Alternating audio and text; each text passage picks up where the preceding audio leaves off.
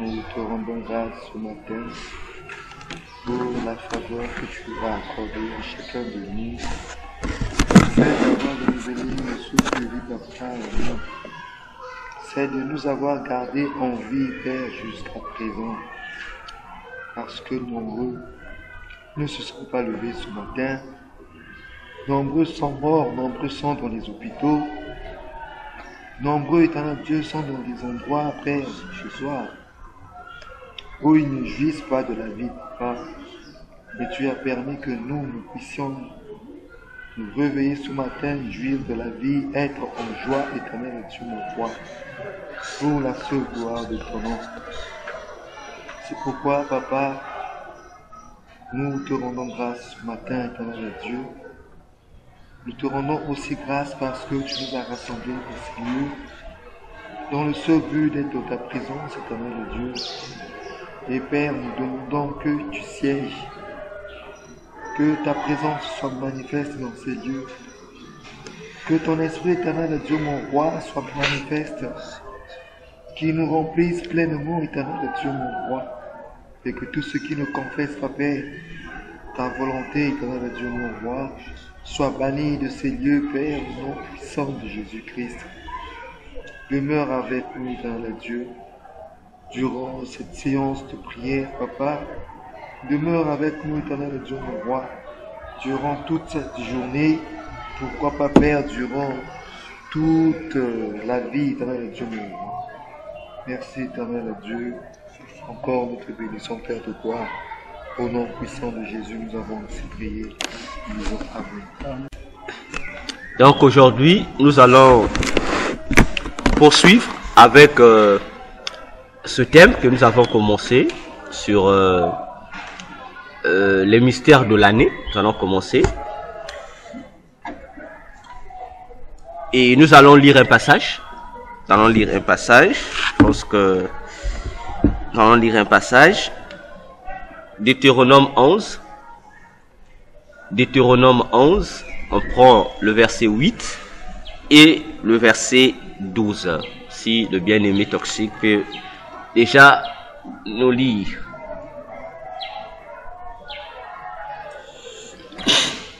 Deutéronome 11. 8 à 11. 8 à 10. Non. Deutéronome 11. 8, virgule, verset 12. Donc verset 8 et verset 12. Les deux versets seulement. Ainsi, vous observerez tous les commandements que je vous ai prescrits aujourd'hui, afin que vous ayez la force de vous emparer du pays où vous allez passer pour en prendre possession. C'est un pays dont l'Éternel, ton Dieu, prend soin et sur lequel l'Éternel, ton Dieu, a continuellement les yeux, du commencement à la fin de l'année. Bien-aimé, d'aller, tu as la page. Oui. Tu peux également relire. Le verset 8. Oui. Ainsi vous observez tous les commandements que je vous ai prescrits aujourd'hui, afin que vous ayez la force de vous emparer du pays où vous allez passer pour en prendre possession, et afin que vous prolongiez vos jours dans le pays que l'Éternel a juré à vos pères de leur donner. Verset 12. Verset 12. C'est un pays dont l'Éternel ton Dieu prend soin, et sur lequel l'Éternel ton Dieu a continuellement les yeux, du commencement à la fin de l'année. Amen. Amen. C'est un passage pourtant que nous connaissons. Hein? C'est un passage que nous connaissons. Nombreux lisent ce Deutéronome 11 dans tous les chapitres. Mais la plupart du temps, c'est quoi? C'est que les gens qui lisent ces passages-là, les enfants de Dieu, les serviteurs de Dieu qui lisent ce passage, se limitent à un point. Pays où coule le lait et le miel. On se limite là. Mais les restes des données de ces versets ne sont pas lus. Alors que ce passage nous cache, plutôt pas nous cache, mais nous révèle les mystères spirituels de l'année. Nous allons y arriver. Et avant d'y arriver dans le mystère de l'année, il y a un point important que l'Éternel Dieu soulève. Le point important que l'Éternel Dieu soulève, c'est lequel? Il commence par le verset 11. Avant de parler de l'année, il commence à parler d'une chose. Quelle est la chose que l'Éternel commence à parler? De l'obéissance à ces prescriptions qu'il leur donne aujourd'hui. Autrement dit, Dieu commence d'abord à présenter sa parole à son peuple, en demandant au peuple d'exécuter, de pratiquer les ordonnances, les lois, les commandements qu'il leur donne. Amen. Amen. Alors on va se poser la question, pour quelle raison le peuple devrait-il se soumettre à ces lois? Dieu lui-même explique. Tu peux répéter, le frère Toxique? Ainsi, vous observerez tous les commandements que je vous ai prescrits aujourd'hui. Oui. Afin que vous ayez la force de vous emparer du pays où vous allez passer pour en prendre possession. Amen. Dieu dit, vous devez pratiquer ma parole pour que vous ayez la force. De quoi? La force d'entrer en possession du pays que je vous ai donné. Autrement dit, la force d'entrer en possession de votre héritage. On est d'accord? C'est Dieu qui parle lui-même. On se pose la question. Oh. Donc, pour entrer dans notre héritage, c'est-à-dire le pays de notre héritage, nous devrions lire la parole de Dieu et la pratiquer, parce qu'en retour, cette parole va nous donner une force. Amen. Amen. Alors, posons-nous la question. Simplement possible, entre nous. On sait qu'ici, on parle d'Israël, et le pays qu'il fallait posséder, c'est Canaan. Mais non, posons-nous une question simple. Cette force que le peuple allait avoir, est-elle physique ou spirituelle? Je vous écoute.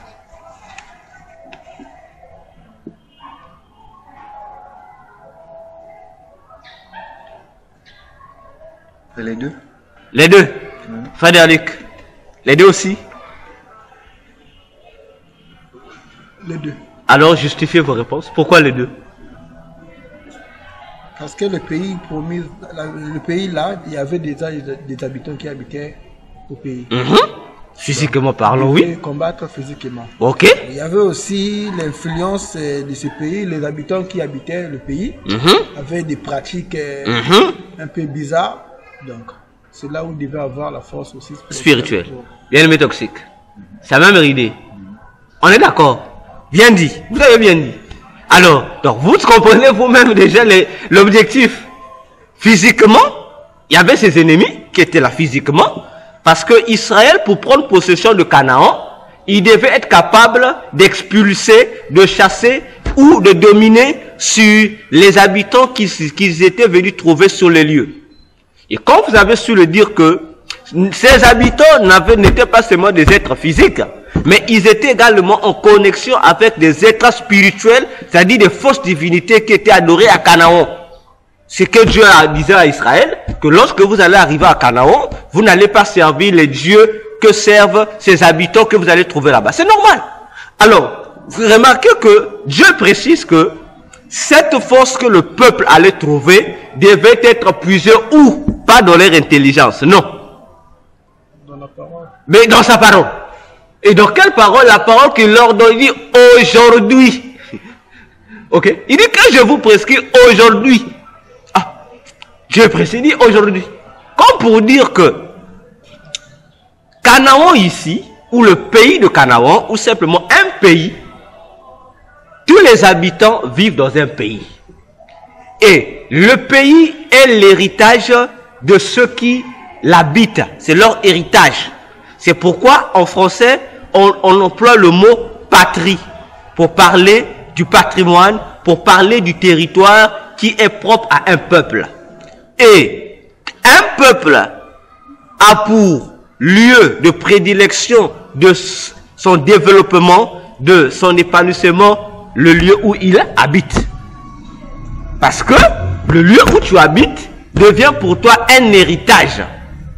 C'est pourquoi, dans l'ancien temps, on parlait de l'héritage de nos ancêtres, du sol. Même chez nous en Afrique, lorsqu'on parle de l'héritage, la première des choses qui vient, c'est le sol. Ou encore, on parle de la parcelle, laissée par le parent, le père ou l'ancêtre. Ce qui constitue l'héritage, parce qu'on sait que le sol laissé par l'ancêtre nous permet de nous abriter et nous permet également d'exercer certaines activités pour notre bonheur, pour notre confort. Voyez-vous? Alors, donc, du coup, nous comprenons que le pays ici représente notre bonheur, c'est-à-dire l'élément qui va faire que nous soyons vraiment dans la joie ou dans la paix ou dans un état de quiétude que nos cœurs désirent. Ok? Mais pour que nous rentrions en possession de ce pays, on nous donne une condition, nous devions méditer nuit et jour la parole de Dieu et la pratiquer. Ok? On dit ceci en matière de force. Lorsqu'on parle dans la physique, on parle de force et d'énergie et autres. On dit, voilà, souvent on parle du travail. On dit, on ne peut parler de travail que lorsqu'il y a fonctionnement. C'est-à-dire, lorsqu'il y a un dégagement d'une force. C'est-à-dire, lorsqu'il y a le déploiement d'un effort donné.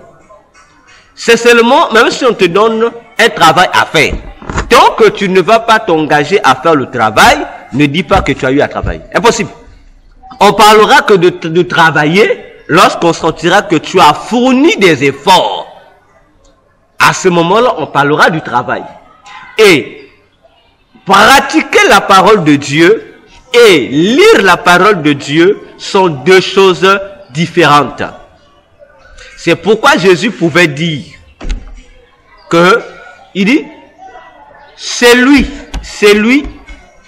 qui lit, qui écoute mes paroles et qui les met en pratique, celui-là est comparable à une personne qui a bâti sa maison sur le roc.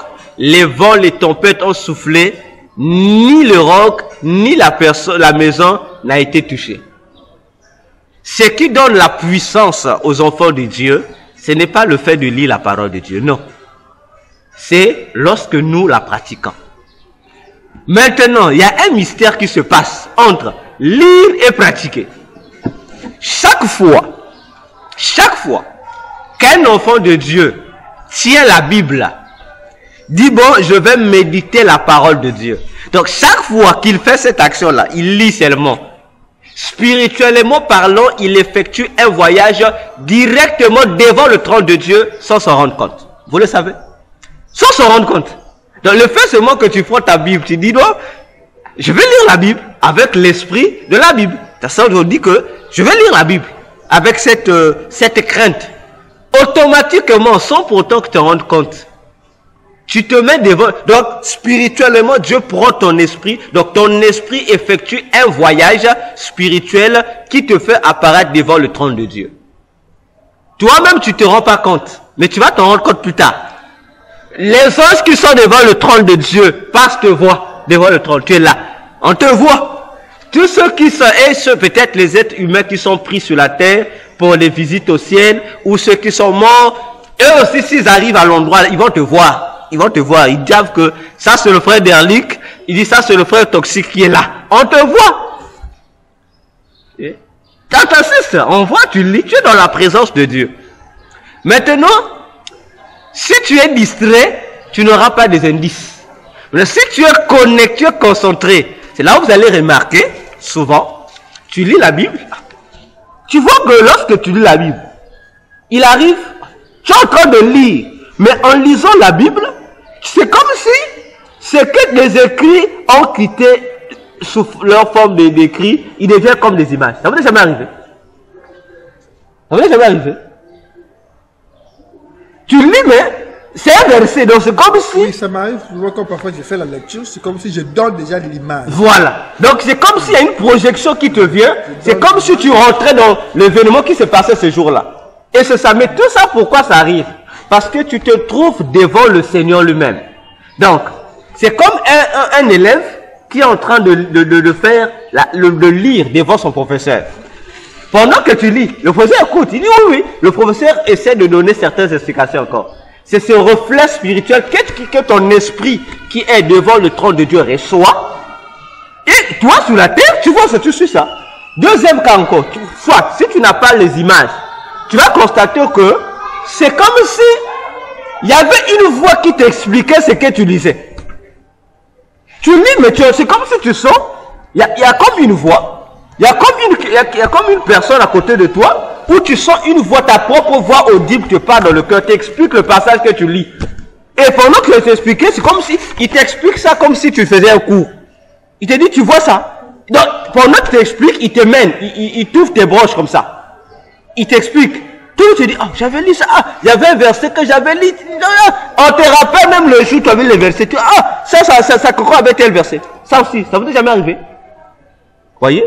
Parce que spirituellement parlant, le fait que tu lis seulement, ça t'amène dans la présence de Dieu. Tu es là au ciel.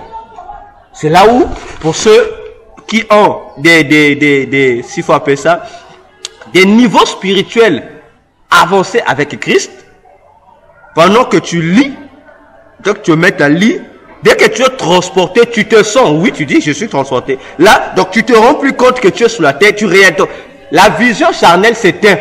Tu réalises, tu vois seulement ce qui est tout autour du trône de Dieu.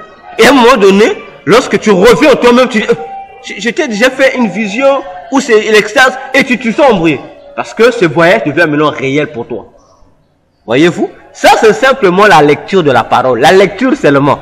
Le fait que tu lis, que ce soit à l'église, peu importe l'endroit, lorsque tu te décides de tout ton cœur, tu dis, ah, je veux me soumettre à la parole qui me dit que l'homme ne vivra non seulement de pain, mais aussi de toute parole de la bouche de Dieu. Ça, vous voyez déjà l'avantage d'abord, la simple lecture de la parole nous donne cet avantage-là, d'être dans la présence de Dieu. Cet avantage seulement. C'est pourquoi vous comprendrez pourquoi David disait, heureux l'homme, dans le psaume 1 jusqu'à 5. Heureux l'homme qui ne s'assoit pas dans la compagnie des moqueurs, qui ne s'arrête pas sur la voie des calomniateurs, mais qui trouve son plaisir, il dit, qui trouve son plaisir dans la loi de l'Éternel. Hein? Est-ce qu'on se comprend? David parle de lecture. Il dit, au lieu de le perdre ton temps à être là avec des gens bizarres qui vont rien t'aborder. Il dit, mais lorsque tu trouves ton plaisir dans la parole de Dieu, il dit, tu es heureux. Heureux par rapport à quoi? Le fait seulement que toi tu trouves ton goût, ton plaisir. C'est-à-dire que lorsque tu lis la Bible, ça te donne, donc tu sais là où, comme on dit en Kikongo, quelqu'un s'est retrouvé kokuna. On dit que tu es heureux.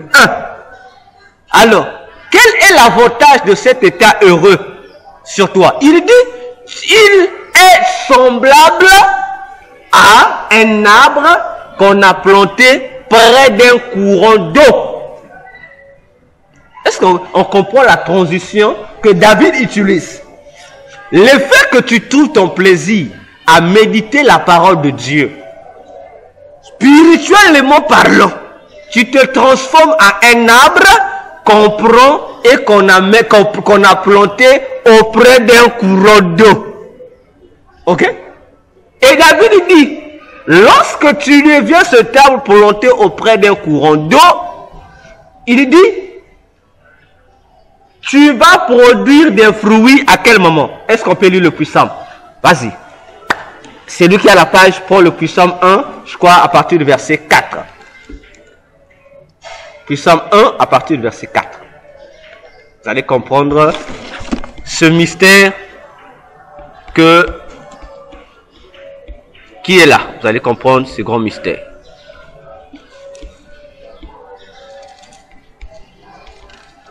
Verset 5. Point 4. 4 dit quoi?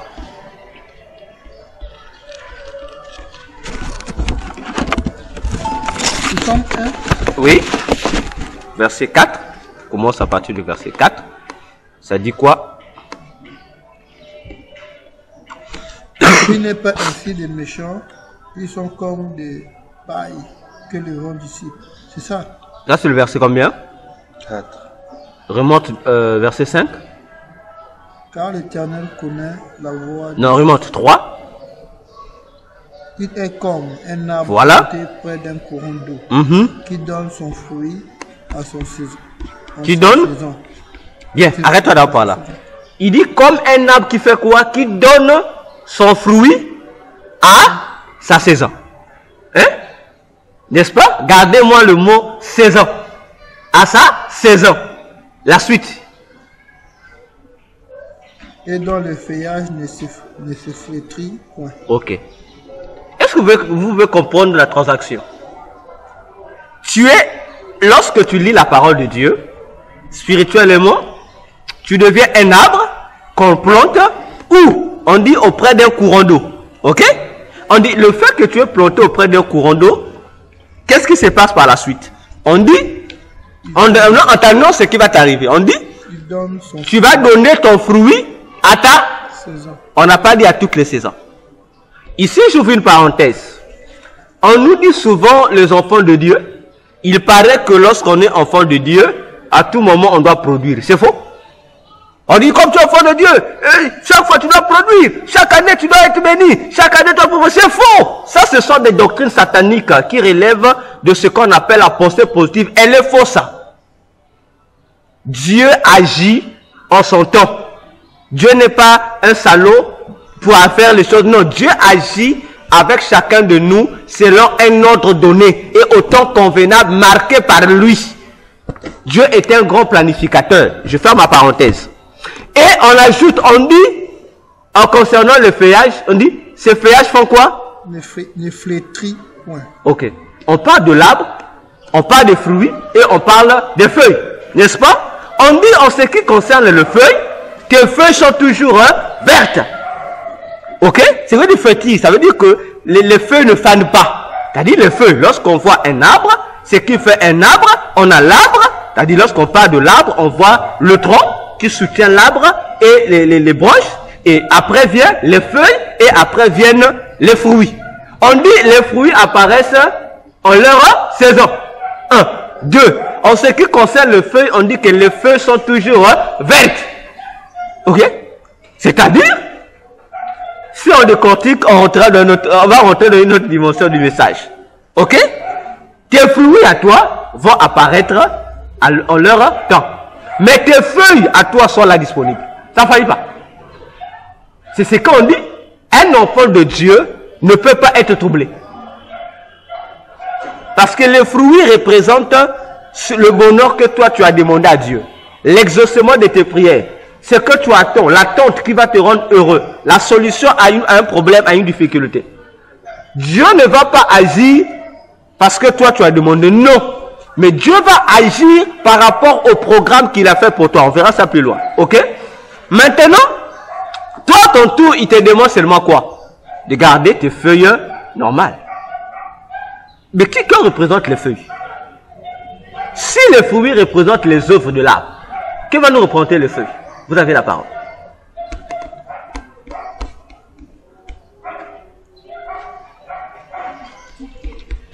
Vous avez la parole? Les fruits représentent les œuvres. Autrement dit, les résultats. Maintenant, les feuilles vont représenter quoi? Les feuilles vont représenter L'état de l'arbre.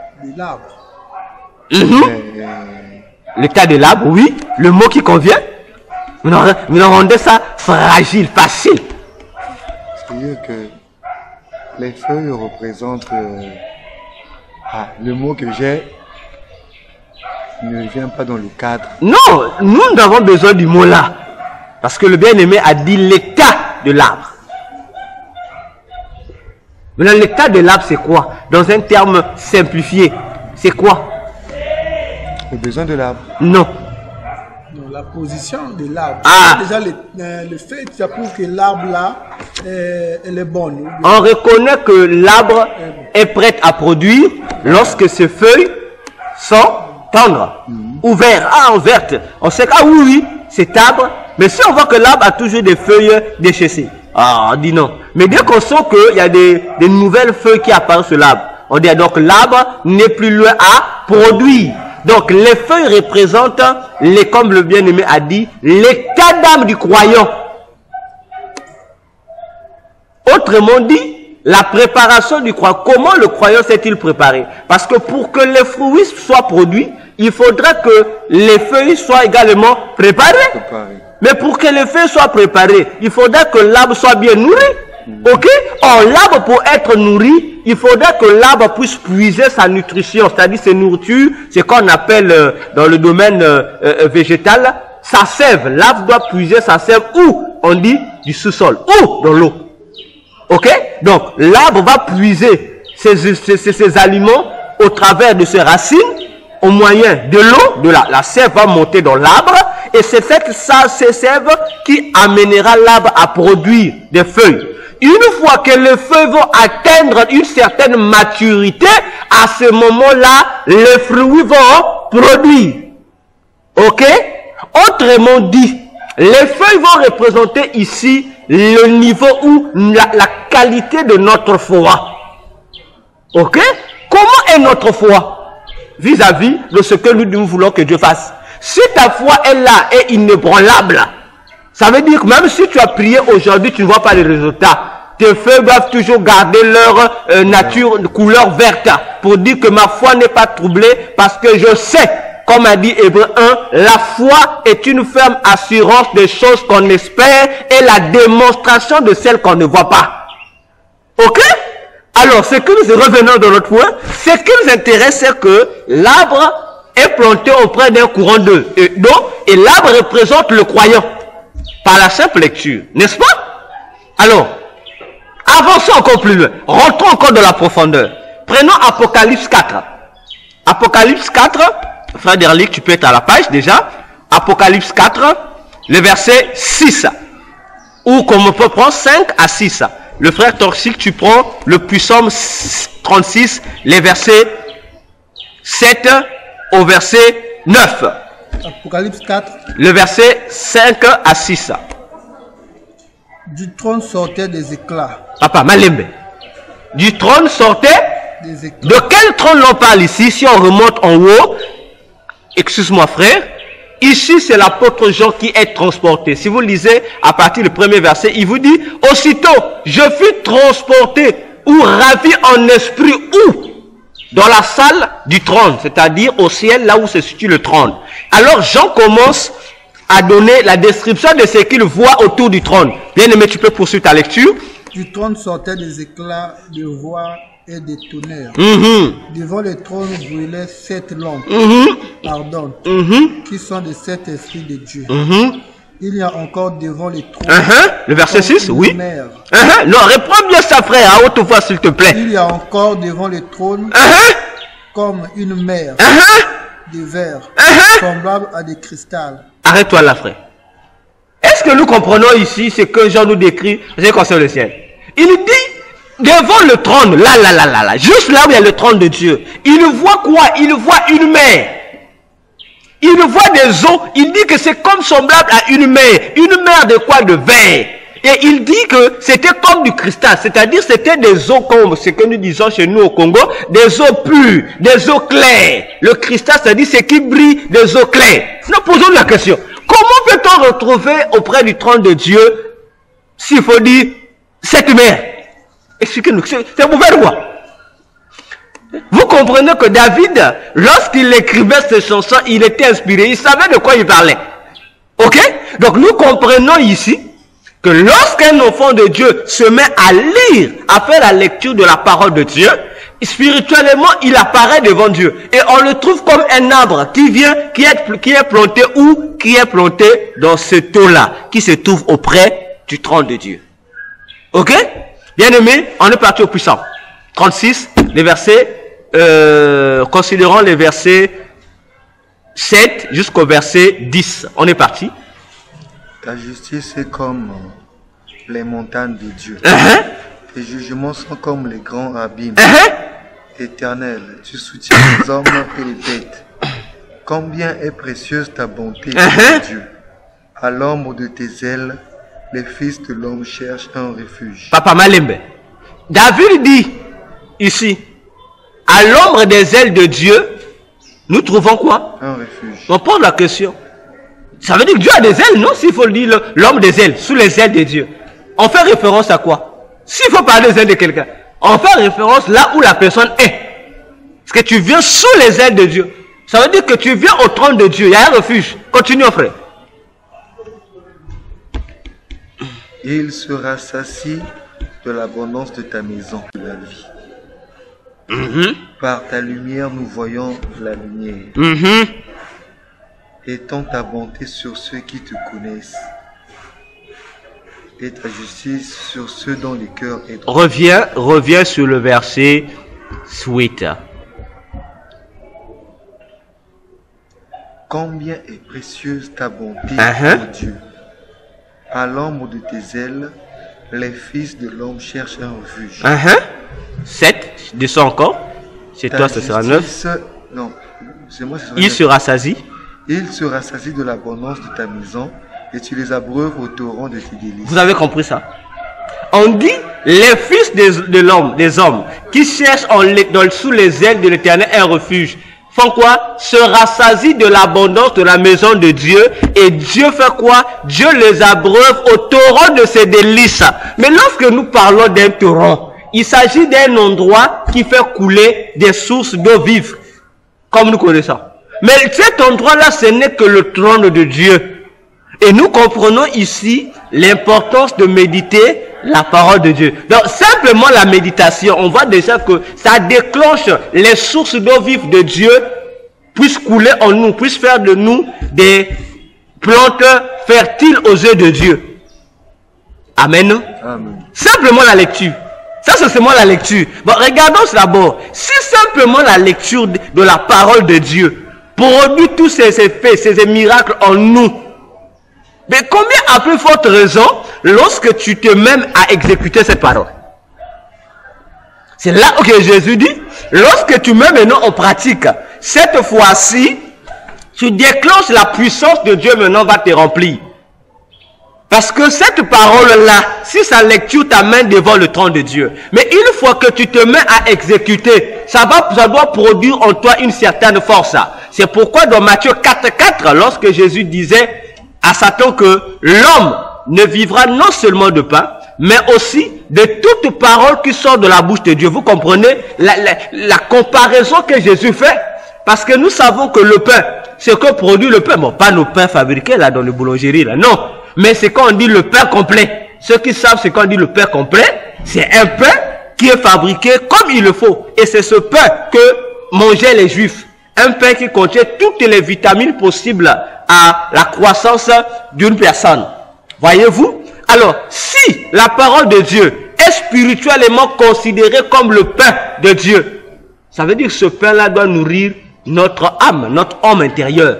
Bon, ça veut dire que de la même manière que physiquement, le pain va t'apporter des vitamines, du fer, des énergies et autres, de la même manière aussi, l'exécution de la parole de Dieu, la pratique de la parole de Dieu va t'amener à être puissant.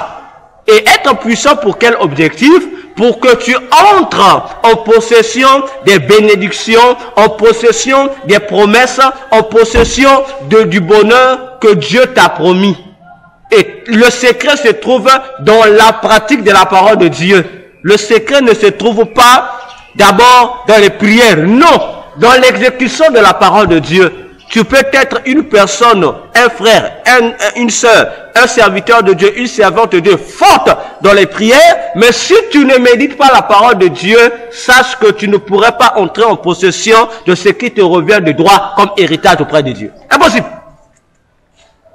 Voilà comment Dieu installe les secrets de la réussite que nous cherchons loin. Ce n'est pas en vain qu'on a répété à Josué que, dans Josué 1,8, médite ce livre nuit et jour. Agis d'après ce qui est écrit dans cette loi et c'est ainsi que tu réussiras dans toutes tes entreprises. On lui donne deux choses. Médite et agis selon ce qui est écrit, tu réussiras. On dit à Josué dans toutes tes entreprises. Dieu est précis. Hein? Donc tout ce que Josué allait faire, aussi longtemps que Josué devait méditer et pratiquer la parole de Dieu, il réussira. Et nous avons vu la marche de Josué et son parcours. Nous l'avons vu. C'est simplement possible. Ok? Alors, avant de poursuivre, y a-t-il des questions à ce niveau-là? Avant que nous puissions poursuivre avec notre élément. Je voulais juste parler sur... Parle un peu fort pour qu'on enregistre. Sur l'année, les années. Oui. Là, vous allez parler sur les années, vous n'allez pas insister sur ça. C'est là où nous descendons. Non? Voilà pourquoi dans le plus sombre, j'ai gardé le mot en sa saison. Il y a une toxique. Une préoccupation, on peut avancer.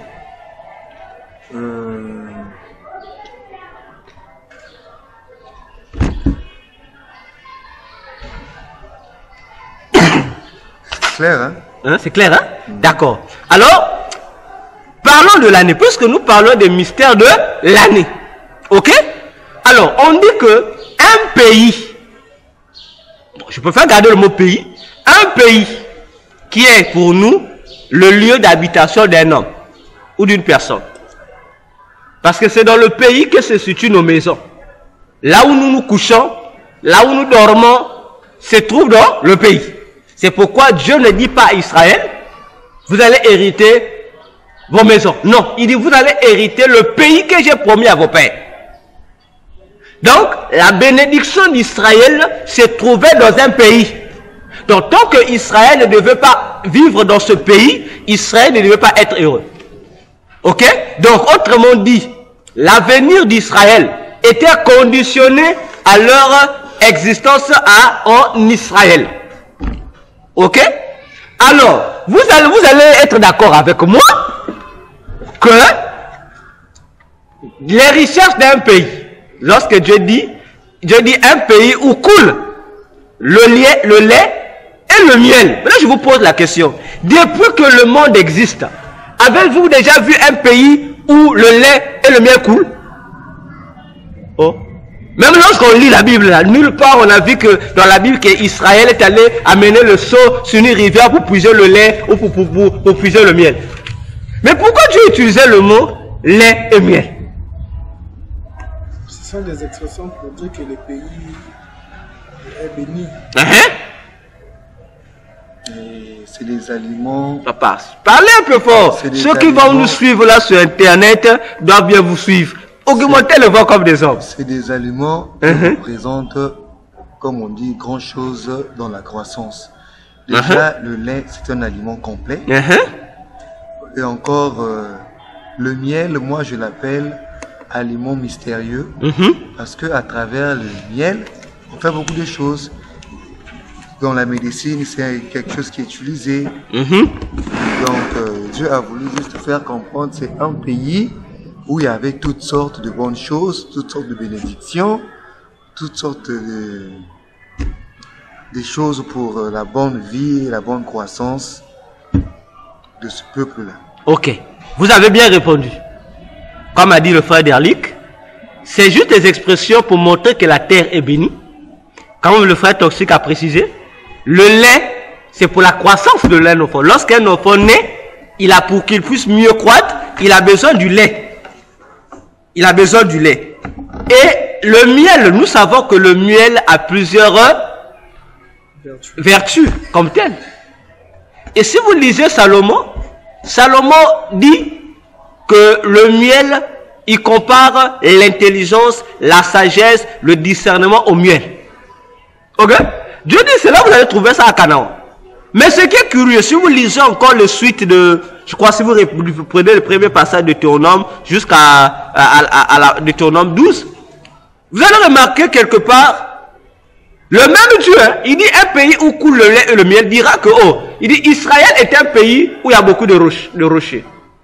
Un pays, il y a beaucoup. Il dit, mais Dieu précise, Dieu dit, c'est un pays où en termes normaux, tu ne peux pas faire l'agriculture.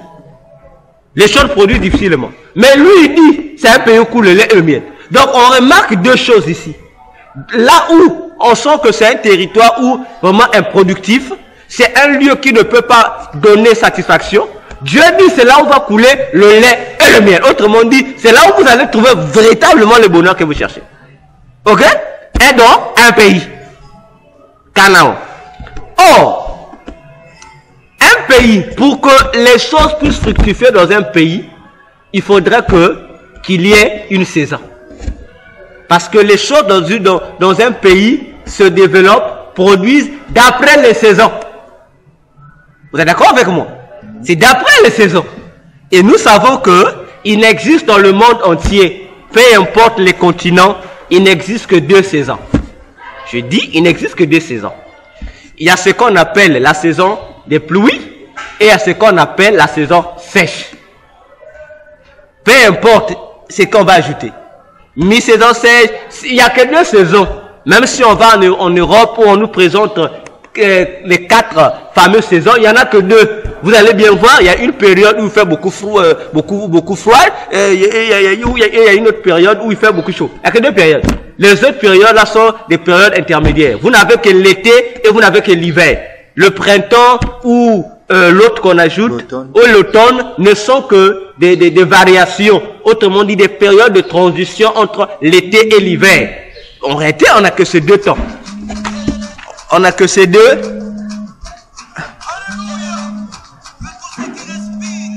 Excusez-moi, on n'a que ces deux saisons-là. Puis Somme dit, tu es un arbre, tu es productif, tout est vert, tout est bien. Mais tu ne produiras qu'en ta saison. Tu ne produiras qu'en ta saison. Tu ne vas que produire en ta saison. Ok? C'est là où le mystère que les chrétiens ne comprennent pas. Je prie beaucoup, j'ai la foi, je ne suis pas béni, Dieu. Oh non, je suis fatigué, Dieu m'a déçu. Mais qui t'a dit que Dieu t'a déçu? Dieu t'a pas déçu. C'est toi qui ne connais pas ce qu'on appelle le calendrier de Dieu. Tu attends ta saison. C'est là où on dit aux enfants de Dieu, gardez la foi. Pourquoi on dit garder? Parce qu'on te dit que, peu importe, comme Dieu disait à Habakkuk, il dit, garde la prophétie, garde la foi. Il dit, je veux faire. La prophétie ne tardera pas, hein? Je veux faire. Dieu te dit, c'est bon, garde la foi. Le calendrier dépend de Dieu, ça ne dépend pas de nous. Ok? Alors, lorsque nous parlons de la saison elle-même est soumise à quoi? Aux réalités de l'année. Ok? Pour que nous ayons l'hiver, pour que nous ayons l'été, il nous faut ou saison de pluie ou saison sèche. Il nous faut quoi? Il nous faut qu'il y ait une année. Parce que la saison n'agit que dans une année. Ok? Raison pour laquelle nous sommes en train de parler des mystères de l'année. Et dans les mystères de l'année, pour aujourd'hui, nous allons épingler 2 points. Le premier point sera notre saison et le deuxième point sera, comment je peux appeler ça, la mutation des services entre les démons des mois. Ok? Nous allons commencer par parler de la saison. Ce que les enfants de Dieu ignorent, c'est quoi? Dieu est un Père qui prend soin de nous. Et Dieu prend soin de nous selon un programme bien établi.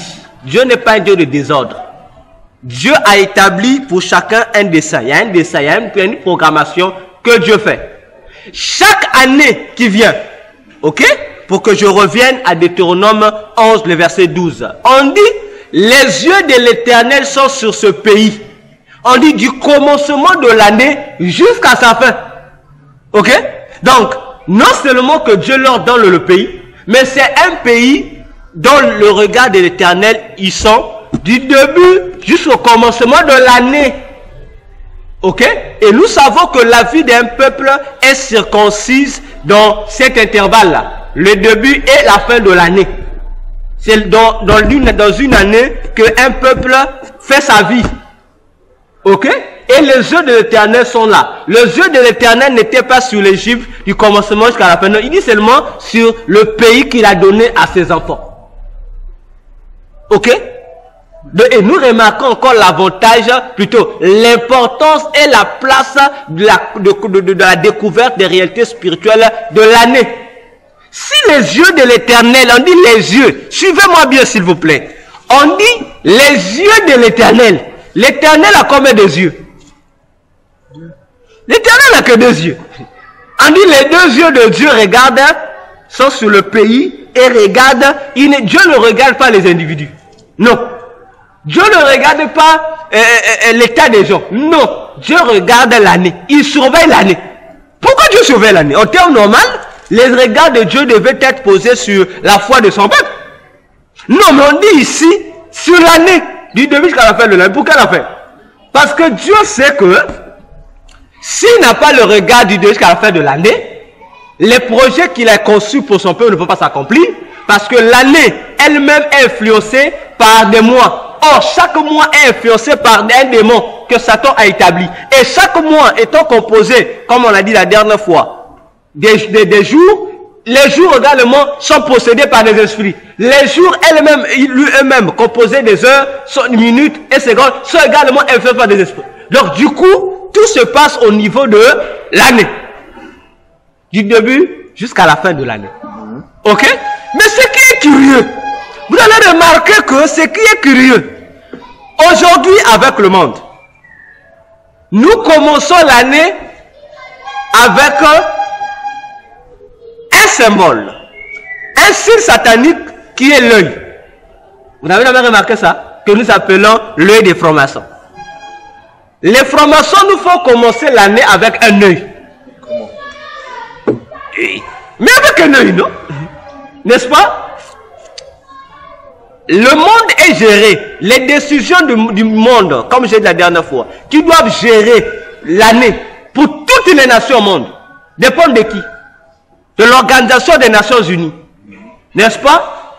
L'Organisation des Nations Unies est dirigée par qui? Est dirigée par les États-Unis. Ce qu'on dit la première puissance mondiale. Ok? Et vous allez remarquer quel est le symbole qui accompagne tant les Nations Unies, l'ONU et les autres institutions. C'est la pyramide. C'est l'œil qui voit tout. Quand on dit l'œil de la pyramide. Mais sur la pyramide, vous avez un œil qui nous observe. N'est-ce pas? On posera la question. Deutéronome 11:12 dit les 2 yeux. Il ne veut nous mettre les 2 yeux. On saura que les 2 yeux là, ce sont les yeux de notre Dieu. Mais on nous met un œil. Pour dire que le Dieu qui regarde là, c'est un Dieu borgne. Qui n'a qu'un œil, qui regarde qu'un côté. L'autre côté, il ne va pas voir. Mais or que notre Dieu regarde les 2 côtés. Il a les 2 yeux. Donc ces 2 yeux sont sur l'année. Mais le Dieu qu'on nous met avec un seul œil là, on comprend que ce n'est pas notre Dieu. Et du coup, nous comprenons que chaque année que nous nous apprêtons à commencer est influencée par un faux Dieu. Donc, si tu n'es pas en Jésus, sache que tu seras influencé par les décisions, les projets, la programmation établie par ce Dieu qui a un seul œil et non par le Dieu Jésus qui a 2 yeux. Est-ce qu'on se fait comprendre? Parce que le pays ici, si pour Israël c'était Canaan, mais le pays ici représente l'endroit où Dieu veut que toi tu demeures. C'est-à-dire, je vais m'expliquer, ça représente le tas spirituel dans lequel Dieu veut que tu sois. C'est dans ton état spirituel où Dieu veut que tu sois, que Dieu, une fois que tu vas atteindre le niveau spirituel que Dieu veut que tu puisses avoir. Je vais le simplifier. Une fois que tu vas atteindre le niveau de foi que Dieu veut que tu puisses avoir, c'est à ce moment-là que Dieu va commencer à avoir les regards sur le début et la fin de l'année. Et Dieu va te bénir en fonction de ça. Parce que tu es arrivé là où il t'a ordonné d'aller. Ok? Et du coup, si tu n'es pas béni, n'accuse pas Dieu. Pose-toi la question. Suis-je là où Dieu voulait que je sois? C'est là le problème. Parce que Dieu, pour commencer à te bénir, il veut que tu entres là, dans l'endroit où il veut que toi, tu veux te voir. Bon, toi, pendant que Dieu veut que tu arrives à cette dimension spirituelle, à ce niveau spirituel, toi, tu es encore hors, tu es loin. Dieu ne te bénira pas. Parce que là où tu es, ses yeux ne sont pas là-bas. Ses yeux sont là. Dès que tu vas mettre ton pied à ce niveau spirituel où Dieu veut, ou là où Dieu veut spirituellement parlant que tu sois, Dieu va commencer à veiller du début et la fin de l'année. Dieu va veiller. Autrement dit, ta vue maintenant va dépendre des veilles de Dieu sur toi. Et c'est là que va commencer la procédure de ta saison. Parce que soit Dieu peut te bénir dans la saison de l'été, Dieu peut te bénir dans la saison de l'hiver, dans la saison des pluies ou dans la saison sèche. C'est là où Dieu commence, le chrono de Dieu va commencer. Jusque lorsque ta saison va arriver, on te trouve à ton poste, tu reçois la bénédiction. Mais si tu n'es pas à ton poste, Dieu ne te bénira pas. C'est pourquoi plusieurs d'entre nous ne sont pas bénis. On multiplie des prières, on multiplie des doctrines que je vois ici, les s'aimer, on n'est toujours pas béni. Et on accuse, oh le pasteur n'a pas d'onction. Dieu m'a oublié. Non. Es-tu déjà arrivé là où Dieu veut que tu puisses arriver?